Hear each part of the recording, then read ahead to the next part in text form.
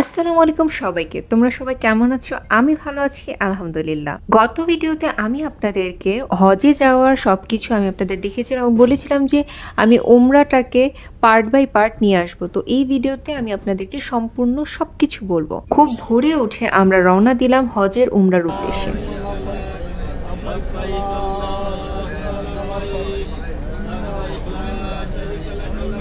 Hotel থেকে বের হওয়ার সময় আমরা 2 রাকাত নফল নামাজ পড়ে এভাবেই তালবিয়া পাঠ করতে করতে আমরা চলে গিয়েছিলাম কাবার উদ্দেশ্যে।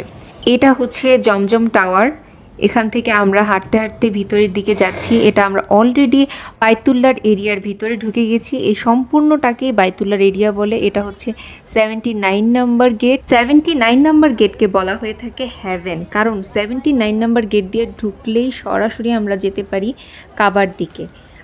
কালো গিলাফটা দেখা যায়, সেই জন্য 79 নম্বর গেটকে হ্যাভেন বলা হয়। আমরা এখন ঢুকছি। মানুষের ভিড়, প্রচুর মানুষ।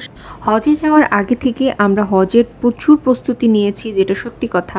আমাদের যে মুআল্লিম, উনি আমাদেরকে আগে থেকে বলে দিয়েছিলেন যে আমরা যেন কাবায় ঢুকতে গেলে প্রথমেই মাথা নিচু করে থাকি।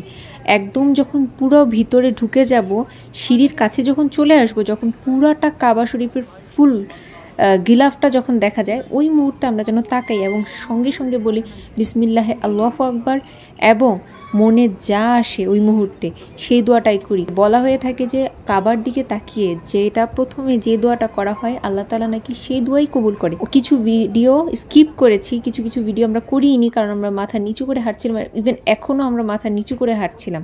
এসকেলেটর থেকে নামার পরে যখন সামনাসামনি কাবা শরীফের গিলাফ চোখে পড়ে, এই মুহূর্তটা কখনোই ভোলার মতো না। এই মুহূর্তে আমি মনে করি ছেলে হোক মেয়ে হোক, সবার চোখে কান্না আসবেই।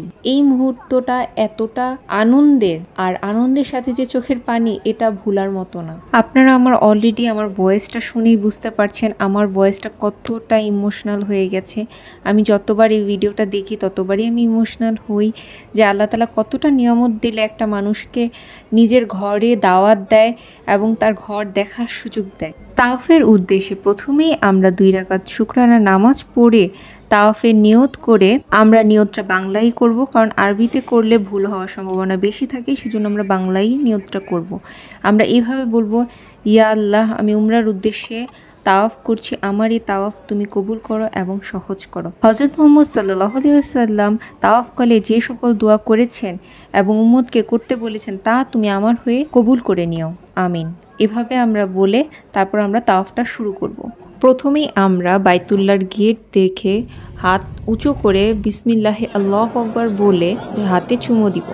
এভাবে করে 7 বার তাওয়াফ করব। প্রতিবার তাওয়াফের প্রথমেই আমরা বিসমিল্লাহে আল্লাহু আকবার বলে হাতে চুমো দিব, এবং আমাদের বাম কাঁধ থাকবে কাবার দিকে এবং ডান কাঁধ থাকবে অন্য সাইডে, যার জন্য আমরা এভাবে ঘুরছি। তাওয়াফ শেষ করে আমরা মাকামে ইব্রাহিমের কাছে যেয়ে আল্লাহ তাআলার কাছে দোয়া করব। 5 জায়গায় নাকি দোয়া কবুল হয়, তার মধ্যে মাকামে ইব্রাহিম একটি।